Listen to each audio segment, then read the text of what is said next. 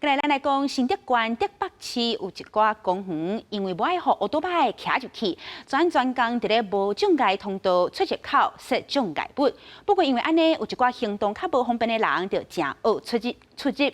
有民意代表接到民众的陈情，是实际上去公园测试，想要了解轮椅出入的状况。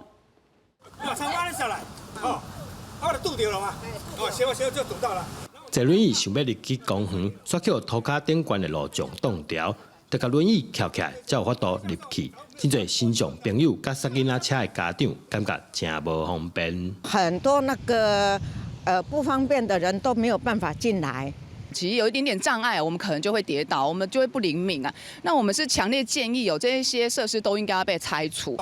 你看，我碰到了，你看我卡到了，卡到了，不小心老人家跌倒了。另外一边，佫有倒梯仔做的路障，虽然讲轮椅会当顺利出入，不过顶悬的设计嘛是小可去砸到陪伴新障者的人出入。